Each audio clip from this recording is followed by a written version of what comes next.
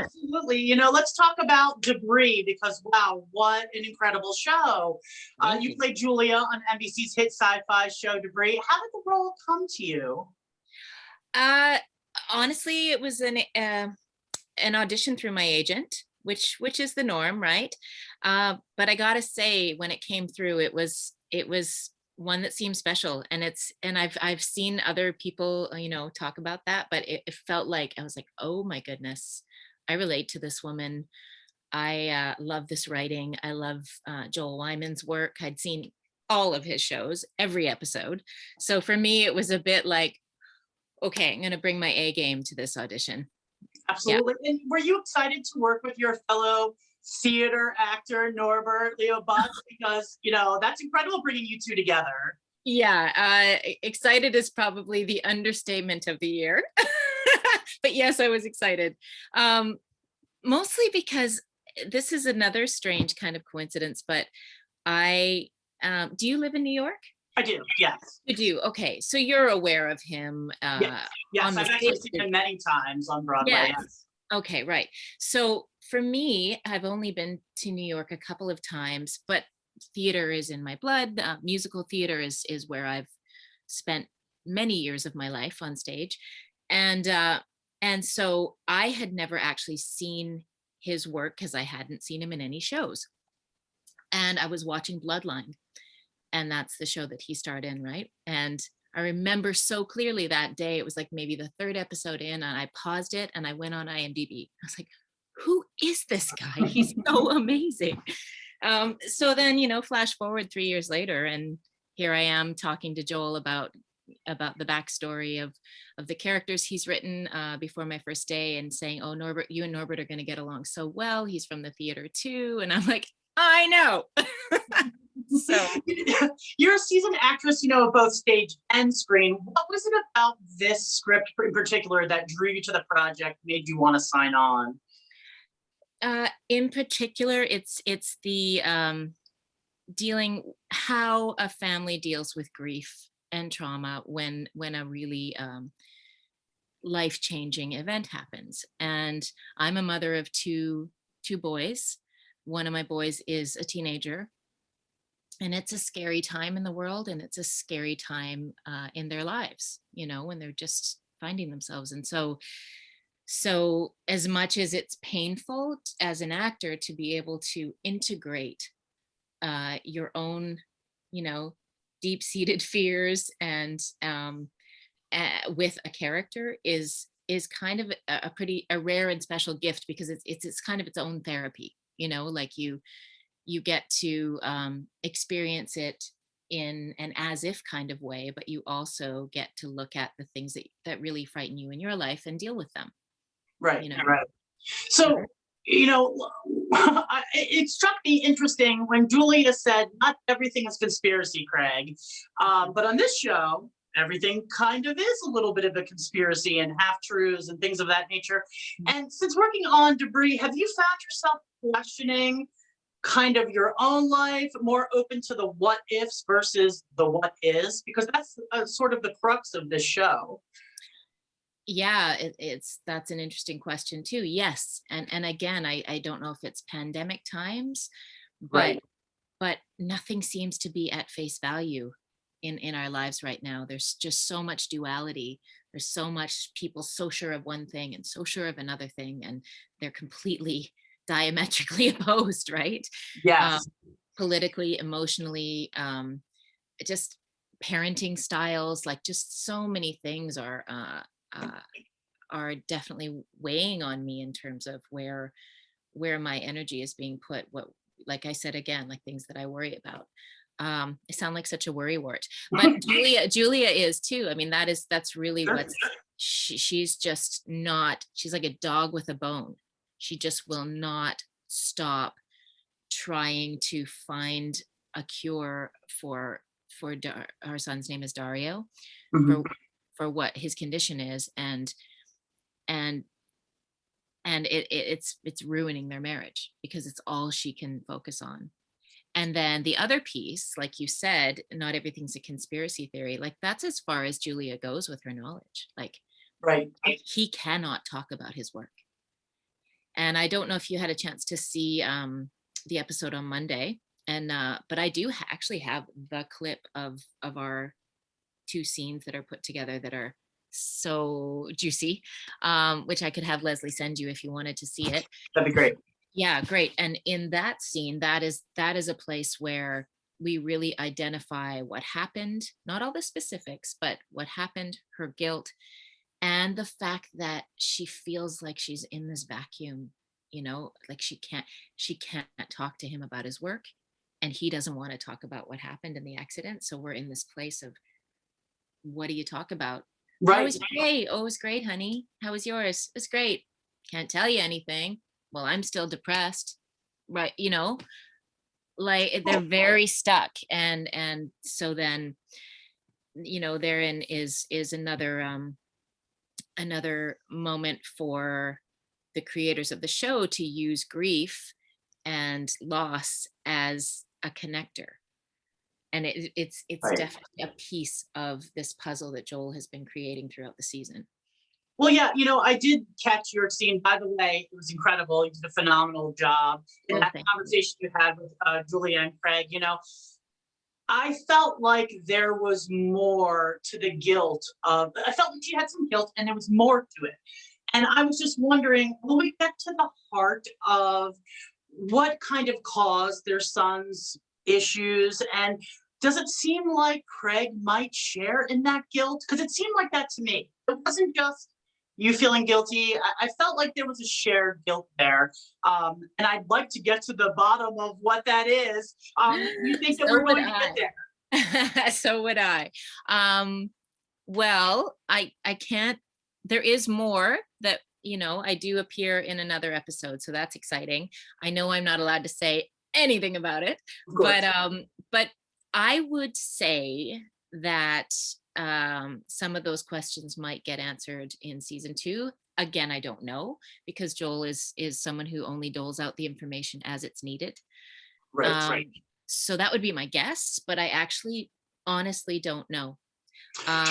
But in terms of the work that Norbert and I did in preparation for that scene and the backstory of that, it very much had to do with, for me anyways, because he and I have different processes in terms of how much we shared.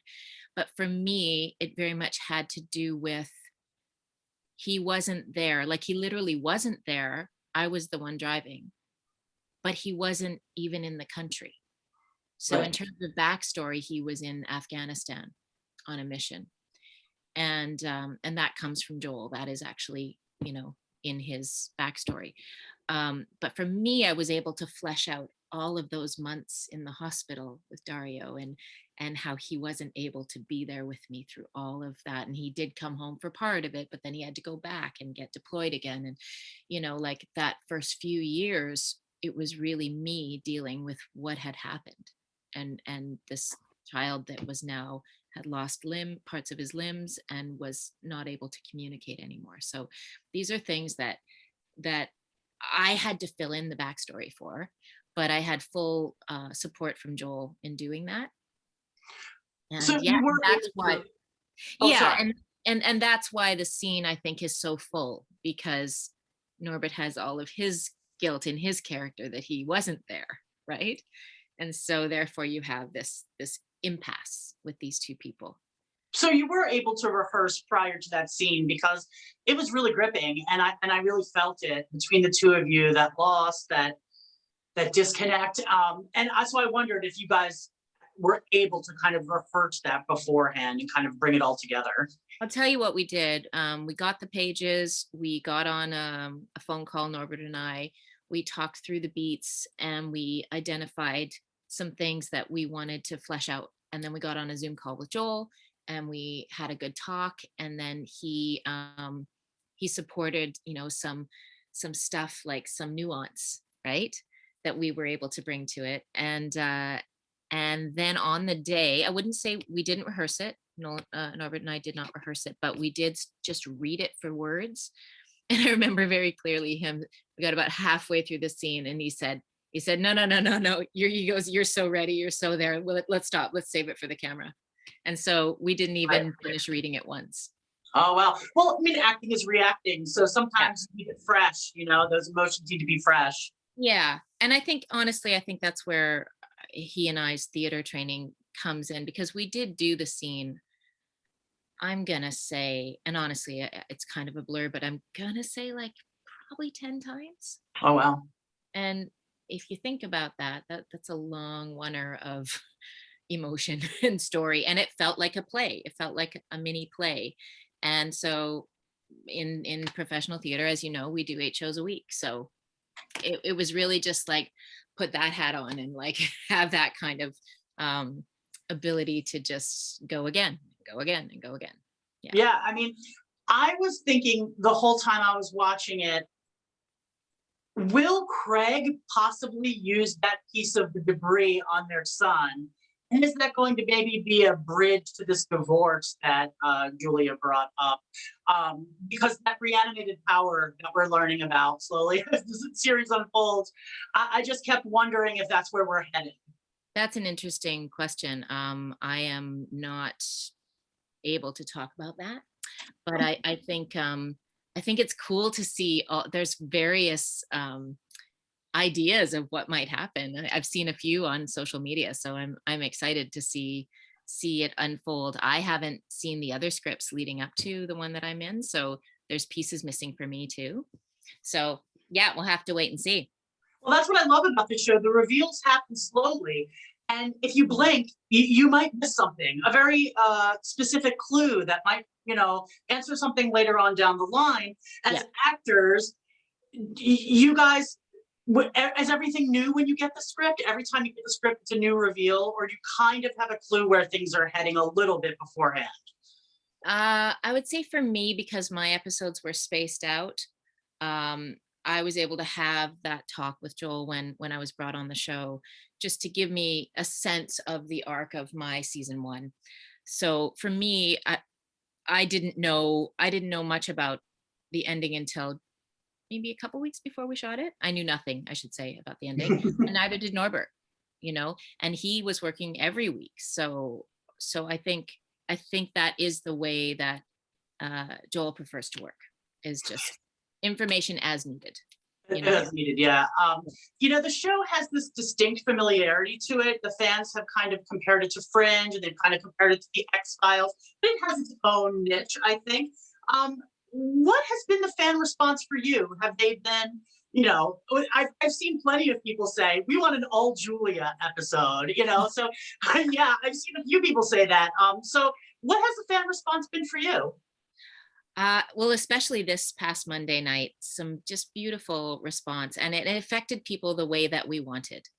With it not being cut and dry, and not being one side or the other, just a very clear, um, awful reality that they just can't get around. You know, Right. um, do I want them to get divorced? I don't think either of them want to get divorced. I think they really love each other. But again, that remains to be seen. I honestly don't know where that's going. Um, but but their love is very, very real and deep, and mostly their love for their son. So it's been nice to see people react to that. Like, and who doesn't like a compliment? So yes, I've enjoyed a few compliments that. Yeah, I've had a long career, and it's nice to be in something where a lot of people get to see it. Being on a network show, it's a bigger audience, Right. um, for me than some of the shows that I have spent time on here in Vancouver, which is where I am. Right. And Right. so with the appeal of the show with the fans, is it the alien alternate dimension that attracts them? Is it the chemistry between the two leads, which is kind of a will they, won't they? What's going on there? Right. What is it that keeps fans so interested? Because I feel like sci-fi really has a cult following anyway, Mhm. but the fans are really excited about this. There's already podcasts. There's everything going on about it. Yeah. So, what is it that really appeals to fans about the show, sets it apart from the other ones that are so similar? Uh, I would say it's the chemistry. yeah, like I think that's an important piece of it, the chemistry between Jonathan and Ryan. Um, and I would hope the chemistry between Norbert and I, like, and Sure. Scroobius and his and George, that character, like there's some really interesting dynamics going on. And I think I want to believe that everybody's good and everybody's bad, that kind of Oh, thing. You know what I mean? Like, yeah. what I mean is, like, it can be taken that way. Like, it can be, people can get confused kind of easily. Right, right. 'Cause I've read that too. I've been each week, it's like, oh, they think Brian's a bad guy, and oh, they think Ryan's up to something, and oh, they think George is a good guy, a bad guy. They all think Norbert's character Maddox is a bad guy. So I think, so I think it's interesting how even in one episode it can flip from, are they good, are they bad? um so that, I think that keeps people guessing, it keeps them coming back and interested, and then it's just deepening and deepening in terms of, like you said, like the how one thing from episode 2 connects to episode 7, and all of that little hunting that you can do to It's great connect. writing. That's what I think fans really appeal to. They love that slow reveal, pulling back the layers, Yeah, remembering something from earlier that relates to later. That really keeps fans interested. It keeps them a yeah, part of the reveal. yeah, yeah, So totally. what's next for you? Are obviously you're finishing up Debris. What's next for you? Do you have any other plans? Possibly maybe going back to the stage after this COVID pandemic sort of gets under control. Yeah, I do. I was supposed to be hitting the stage this past summer in a production of Kinky Boots. Oh, Yeah, so that's much fun. exciting. So much fun. And they have told us, the theater has told us that they're going to schedule it for 2022, because they're not sure that they're going to be allowed to open this year. Right. So at least I have that to look forward to, because I have to get on stage at least once a year. I have to. And that'll be over 2 years by then. Oh, okay. And then I just signed on to direct a play. So I'll be doing that at the end of this year. And I just wrote a play with a friend of mine. We co-wrote a play that we just finished our second draft this past Friday. So theater is definitely on my mind, as you can see. Well, I think any actor, if they're theater and stage or stage and screen, I feel like it flexes that muscle. It takes you out of one comfort zone, puts you in another, and you have to Yeah. uh, kind of border the line between both kinds of styles, and it really Yes, helps you build in your craft, in your art, I think. I agree. I agree. I teach. I'm also an acting teacher, and it's something I'm really passionate about, is passing on knowledge, and helping foster and grow new talent. And that is the biggest thing that I talk about, is just that acting is not one thing. It's not, you're not just a TV actor or just a film actor or just a theater actor. You are an actor. And that the most exciting thing is to keep working hard in all of the mediums, so that you're well-rounded, well-versed. And case in point, I really feel like um, this opportunity for this job. I'm not saying I would not have gotten this job. That is not what I'm saying at all, if I did not have a theater background. But I think that it was just an added essence that worked in terms of what they were looking for, in terms of depth and yeah, yeah. I just want to say, back to your first question, it just felt like my role, if you know what I mean. Yeah, I mean And that's what as you Yeah, connect with it. You want, as soon as you yeah. connect with something, then you're in it. You're definitely signing on. Definitely. And as I said before, that is something I've always said as a teacher and a mentor, is love what you're doing, work hard, and just trust that the roles that are written for you are going to come. Like when it's yours, it will reveal itself, kind of. It's kind of that spiritual approach. And when you've had a 2-year dry spell as an actor, that can be really hard to believe and remember. And so it's nice to be able to be an example of that to my students. you know? Right. Right? Well, so I said that the fans are really excited about this. And obviously, they are. They're dissecting everything, trying to find links. What would you like to say to the fans of the show and of your work? And they're going to follow you, obviously, to the stage, back to Debris, wherever you go from now. What would you like to say to them? Uh, I would say find the passion in what you're doing because it will fuel you through these hard times. And it's sort of an easy thing to say and a hard thing to do. I think you have to have dedication, and put aside time if it's writing, if it's reading a book you've been meaning to read, if it's taking a class you've been meaning to take, painting a picture, any of those things. But things that bring you joy and that you're passionate about, put some energy into that. I mean, the rest of the world is gonna burn and go crazy, and but you can just do what you can do for yourself every day, and that I think that will make the world better. Well, thank you so much.